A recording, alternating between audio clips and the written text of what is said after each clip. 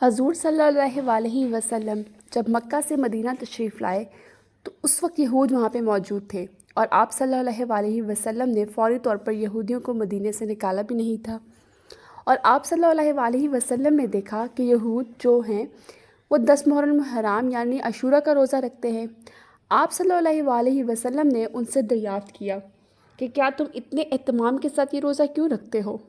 انہوں نے کہا کہ یہ وہ دن ہے جس دن فرعون کو اللہ تعالیٰ نے اس کے لشکر سمیت پانی میں غرق کیا تھا، اور موسیٰ علیہ السلام کو اور ان کی قوم کو ان کے شر سے نجات دی تھی۔ تو موسیٰ علیہ السلام نے اس نجات کے شکرانے کے طور پر روزہ رکھا تھا، اور ہم بھی ان کی موافقت میں روزہ رکھتے آ رہے ہیں۔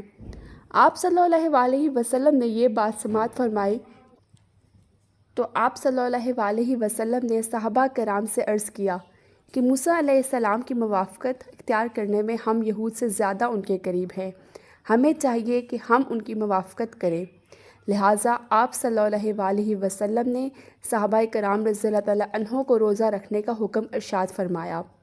تو کسی نے عرض کیا کہ حضور صلی اللہ علیہ وسلم، اگر ہم صرف 10 محرم الحرام کا روزہ رکھیں گے تو کیا یہ یہود سے مشابہت نہیں ہو جائے گی؟ تو نبی کریم صلی اللہ علیہ وسلم نے ارشاد فرمایا کہ پھر تم 9 یا 11 کا روزہ بھی ساتھ ملا لو۔ آپ صلی اللہ علیہ وسلم نے خود بھی اس پر عمل کیا، اور صحابہ کرام رضی اللہ تعالیٰ عنہ نے بھی۔ 10 محرم الحرام کا روزہ رکھنا گویا کہ سنت موسیٰ علیہ السلام بھی ہے، ہمارے نبی صلی اللہ علیہ وسلم اور صحابہ کرام رضی اللہ تعالیٰ عنہ کی سنت بھی قرار پائی ہے۔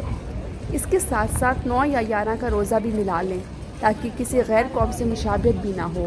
اور آپ صلی اللہ علیہ وسلم کا فرمان ہے، جس نے 10 محرم الحرام کا روزہ رکھا، یہ اس کے سابقہ گناہوں 1 سال کے گناہوں کا کفارہ بن جائے گا، پچھلے 1 سال کے تمام گناہوں کا کفارہ ہوگا۔ لہٰذا کوشش کریں کہ خود بھی یہ روزہ رکھیں اور دوسروں کو بھی اس کی تلقین کریں۔ اللہ پاک ہم سب کو اپنے راستے پہ چلنے کی، نبی کریم صلی اللہ علیہ وسلم کو سنت اپنانے کی اور قرآن مجید پر عمل کرنے کی توفیق عطا فرمائے۔